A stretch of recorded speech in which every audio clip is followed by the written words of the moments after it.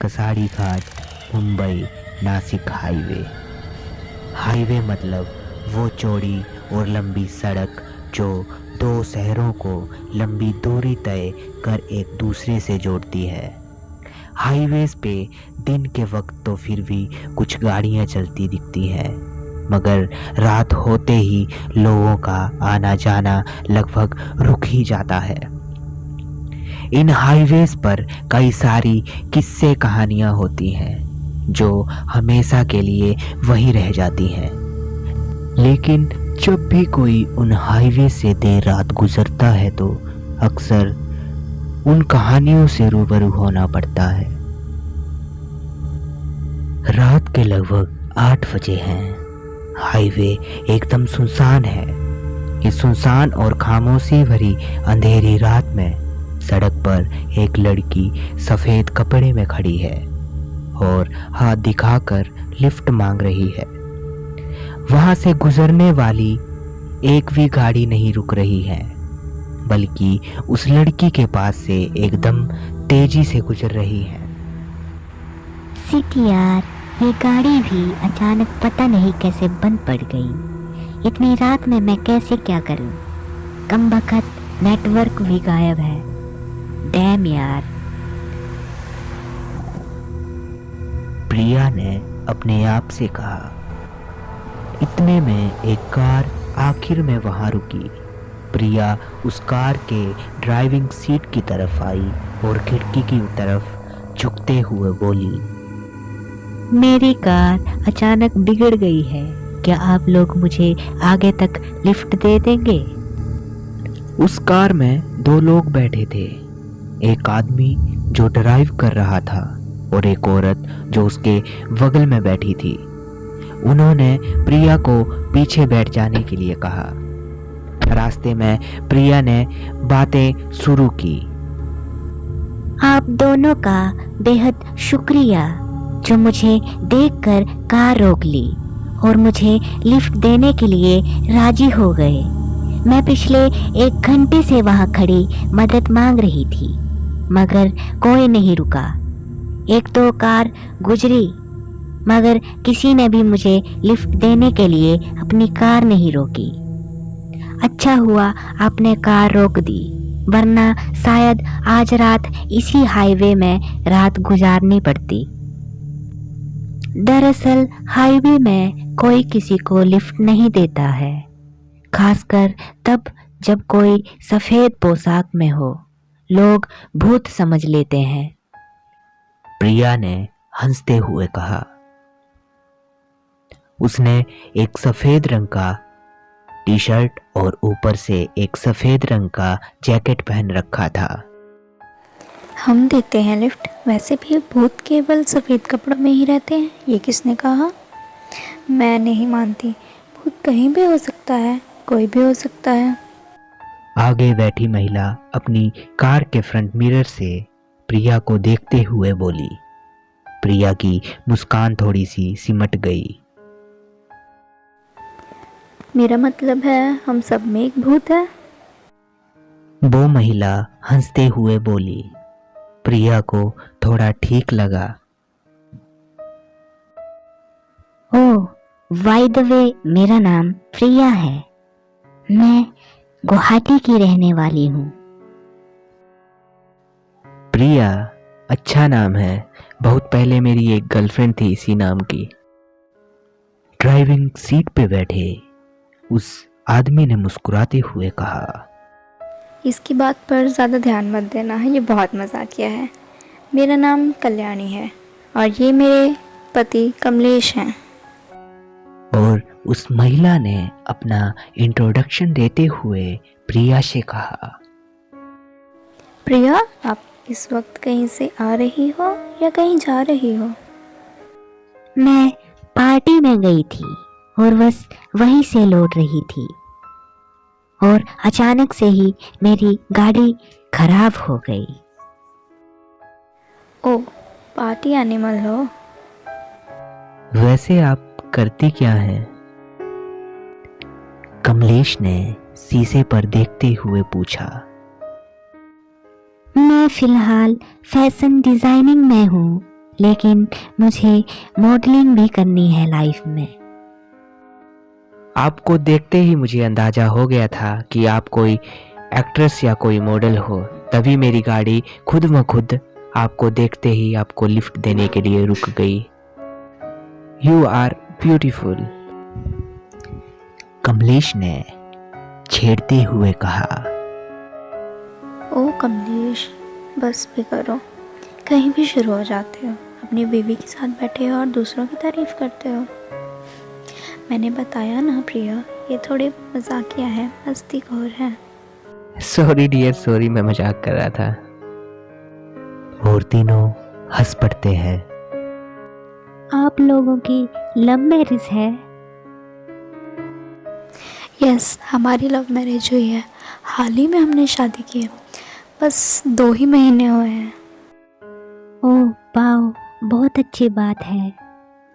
मुझे बहुत खुशी हुई ये सुनकर। हाँ, लेकिन खुशियों को ग्रैंड लगते देर ही कहाँ लगती है। कब, कहाँ, कैसे, क्या हो जाए, कोई नहीं जानता।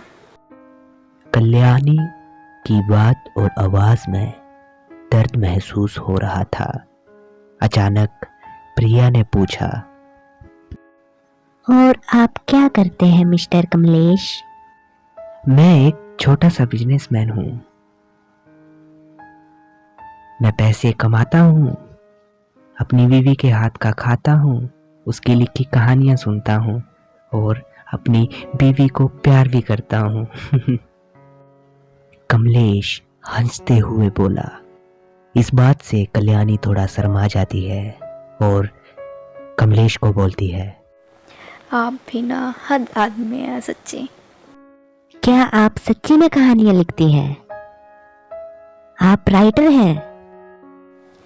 कोई बहुत बड़ी लेखिका नहीं हूँ, बस थोड़ा बहुत जी करता है तो लिख लेती हूँ।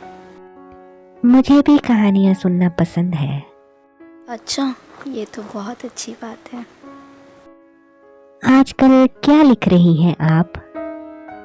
हॉरर, लाइक हॉन्टेड हाईवे, एक शॉर्ट कहानी लिख रही हूँ फिलहाल। ओह, आई लव हॉरर स्टोरीज, मुझे बहुत पसंद है। प्रिया ने आंखें बड़ी करते हुए कहा, अगर आपको कोई ऐतराज ना हो तो कोई कहानी सुनाइए ना, सफर में मजा आ जाएगा। प्रिया ने कहानी सुनने की मनसा जताते हुए कहा, सफ़र तो चल ही रहा है, हर सफ़र की अपनी कहानी होती है।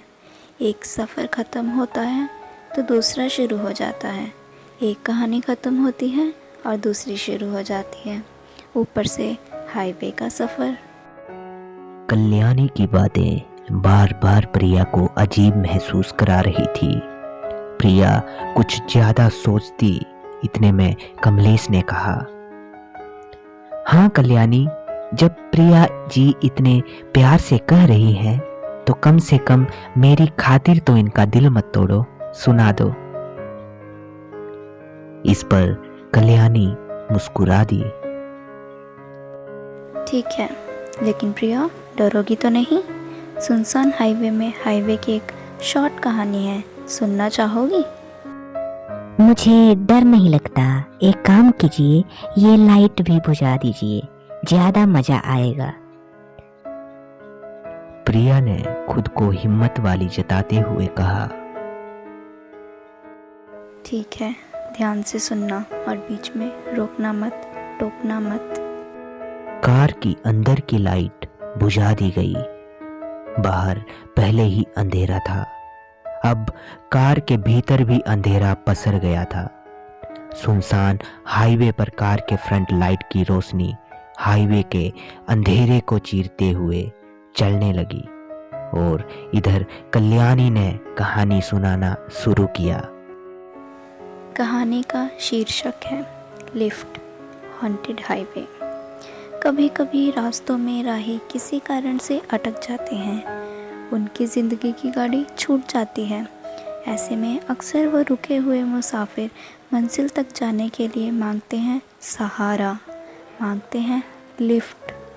मगर उन राहियों का क्या जो किसी की मदद करने के खातिर खुद की ही राह भटक जाते हैं और रास्तों में ही अटक जाते हैं। याद रखें, रास्तों में अक्सर अजनबियों को लिफ्ट देना या किसी से लिफ्ट लेना आपकी ज़िंदगी के गाड़ी को हमेशा के लिए रास्ते पर ही फंसा सकता है, जिसकी फिर कोई मंजिल नहीं रह जाती, बस रह जाता है रास्ता और लिफ्ट लेते लेते मुसाफिर। शाम हो चुकी थी, अंधेरा हो चुका था। एक पति पत्नी का जोड़ा जिन्होंने हाल ही में शादी रचाई थी, वो एक हाईवे से गुज़र रहे थे। वो आपस में बात करते हुए चल रहे थे। रास्ते में किसी ने लिफ्ट मांगी। दूर से ही देख कार में बैठी महिला ने अपने पति को कहा, हाईवे में ये कौन अभी लिफ्ट मांग रहा है, मत रोको, पता नहीं कौन है। अरे कोई मुसीबत में हो सकता है, हमें रोकना चाहिए, उसके पति ने कहा। कार जैसे ही नज़दीक पहुंची तो एक लड़की धीरे धीरे कार के ड्राइविंग सीट की तरफ आई और बोली, मेरी गाड़ी ख़राब हो गई है, क्या आप लोग मुझे आगे तक लिफ्ट दे सकते हो? दोनों ने उसे गाड़ी में बैठने को कह दिया। वो पीछे बैठ गई। रास्ते भर वो खामोश रही। बीच में उन शादीशुदा जोड़े ने उससे बात करने की कोशिश की, मगर वो लड़की खामोश ही रही। इस पर उन्हें अजीब सा लगा कि ये लड़की ना अपने बारे में कुछ कह रही, ना हमारी बातें सुन रही, ना कोई जवाब दे रही है। इतने में अचानक कार के आगे एक अजीब सा जानवर पता नहीं कहाँ से आ गया। फ्रंट लाइट की रोशनी में वो नज़र आ रहा था, एक काला सा जानवर, बिल्कुल बिल्ली जैसा, बस उसका आकार थोड़ा बड़ा सा था। रोशनी में उसकी आंखें बहुत चमक रही थी। आदमी ने अपनी कार रोक दी। उन दोनों को थोड़ा अजीब सा लग रहा था, लेकिन फिर वो जानवर चुपचाप वहाँ से गुजर गया। जब उस आदमी ने दोबारा कार को चालू किया तो उसकी नज़रें ऊपर लगे मिरर में सहसा चली गई। तो उसने देखा पीछे वो लड़की नहीं थी जिसको लिफ्ट दिया था। वो मुड़कर देखा तो पीछे उस लड़की को नहीं पाकर हैरान हो गया। उसकी पत्नी भी ये देखकर डर से कांप उठी। उन्होंने तुरंत यहाँ से जाना ज़रूरी समझा। कार चालू कर आदमी फुल स्पीड में गाड़ी को बढ़ाया और तेज़ी से चला जा रहा था।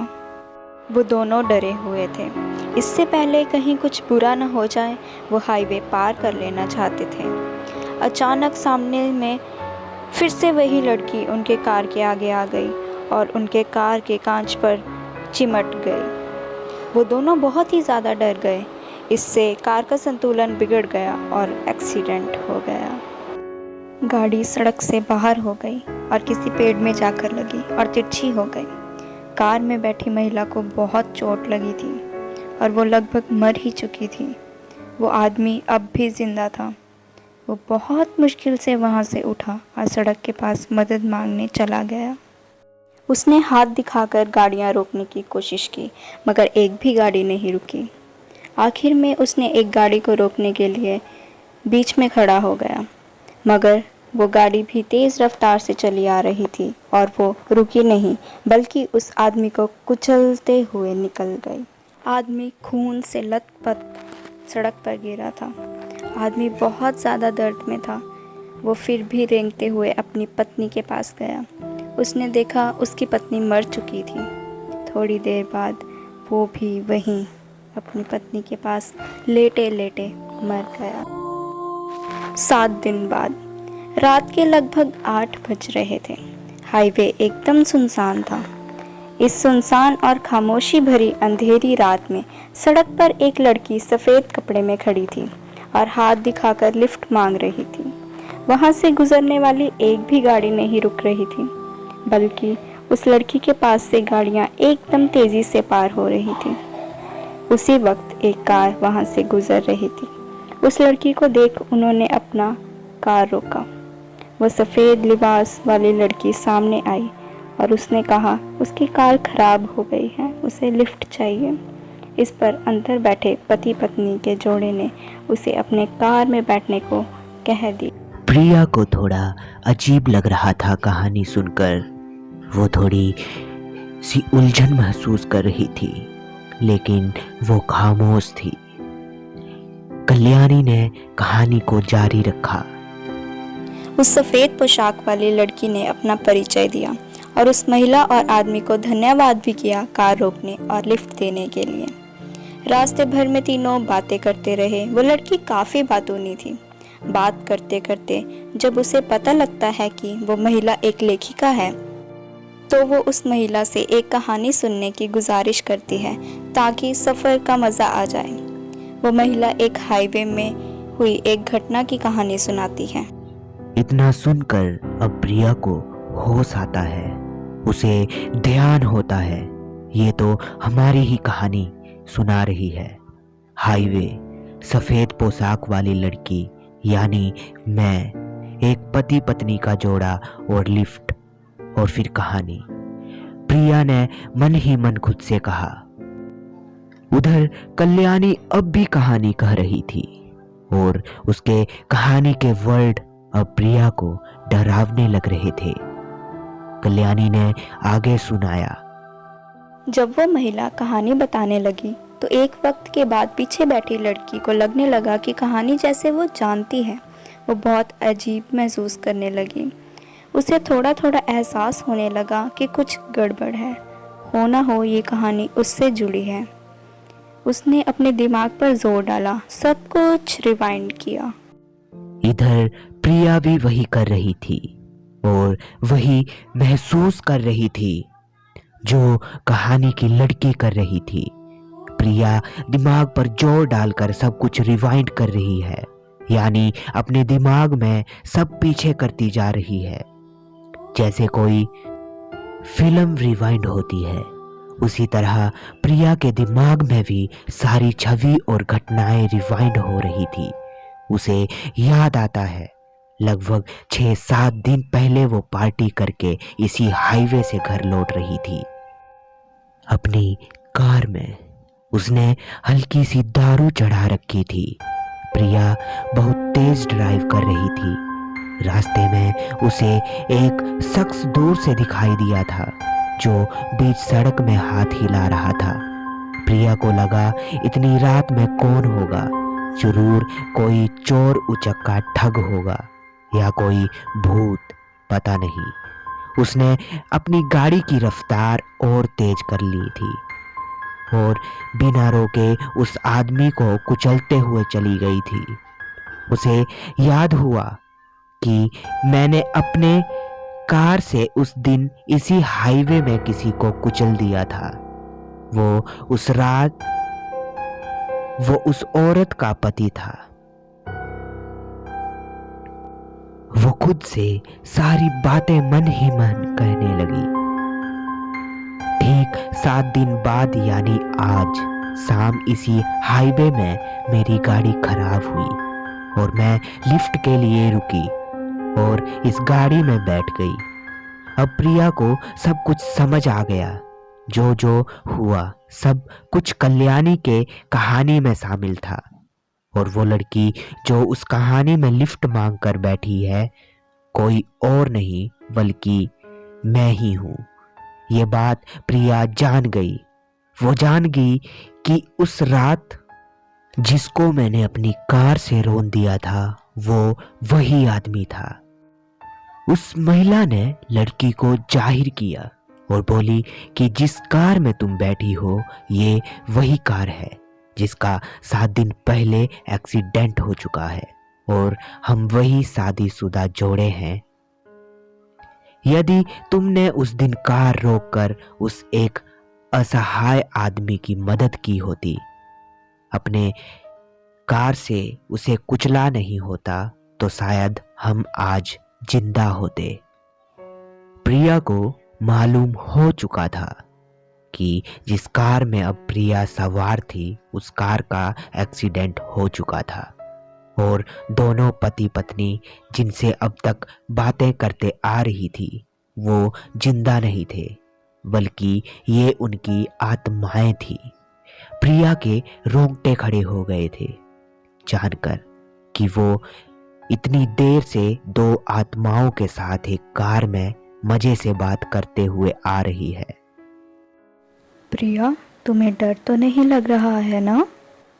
इस बार कल्याणी की आवाज नॉर्मल नहीं थी।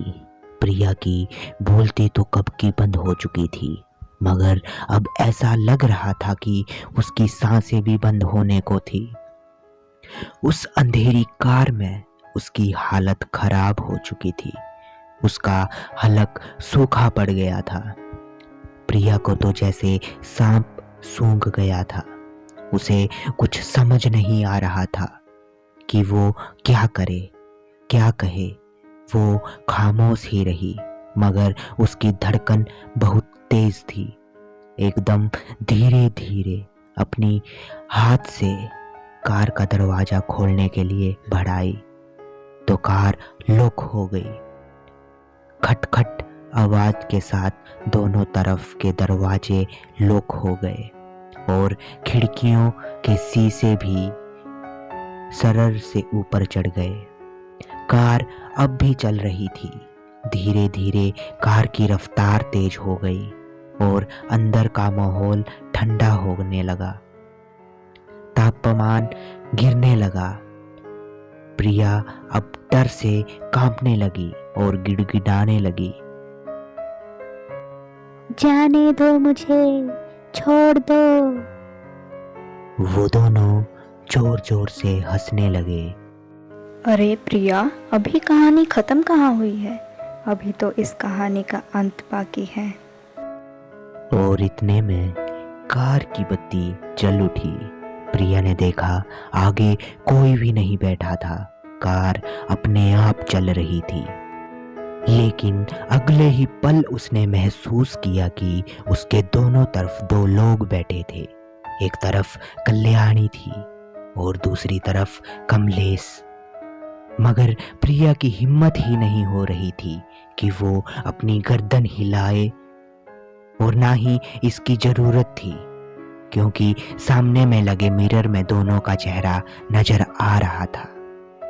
अपने कानों में प्रिया को उन दोनों की गहरी सांसें चलने की आवाजें महसूस हो रही थी, मानो कोई गुर्रा रहा हो। प्रिया ने देखा धीरे धीरे उनके खामोश चेहरे काले होते हुए और कुछ जख्म उभर आए। दोनों के सर से सहसा खून बहने लगा। प्रिया जोर जोर से चीखने लगी और लाइट बंद हो गई तथा कार पूरे रफ्तार से चलने लगी।